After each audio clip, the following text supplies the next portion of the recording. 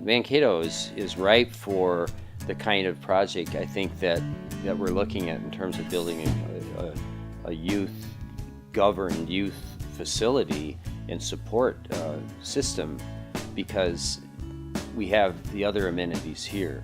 I think that there's a great opportunity for the youth in our community to have an outlet for music and culture. I think those are the things that ultimately bring people together. I don't think that we have a place right now like that where you can come in. It's cool. We know that definition of cool changes pretty fast too in this kind of social world, but students don't have that, youth don't have that, and I think that's a critical piece. I think it will look like a place where anybody feels welcome, right? I mean, you can walk in, you can sit.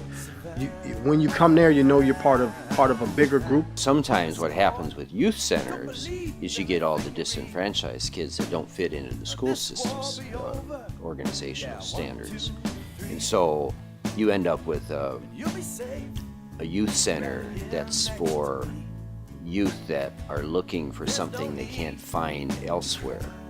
And so it becomes not reflective of youth, but reflective of a certain segment of youth population. We get one chance, I think, with youth.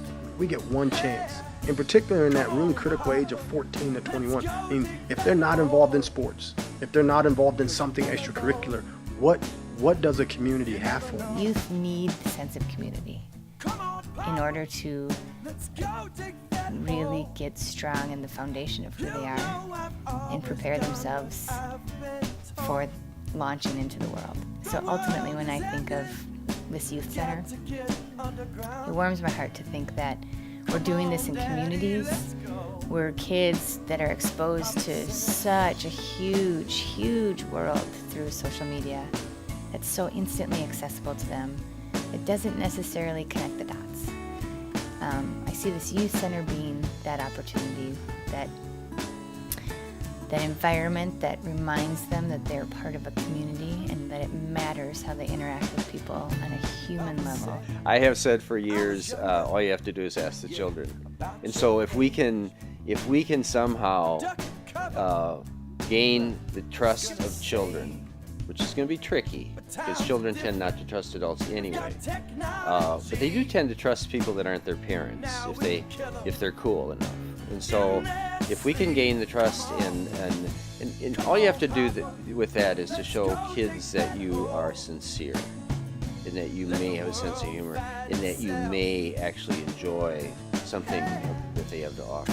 I'm one of those folks who believe we're all connected, and so what happens here impacts what happens in Milwaukee, Wisconsin, my hometown. That's where I'm from. So I believe that. I believe that, you know, when I came to Mankato in 1994, it'll be 20 years in a little bit since I first came to Mankato.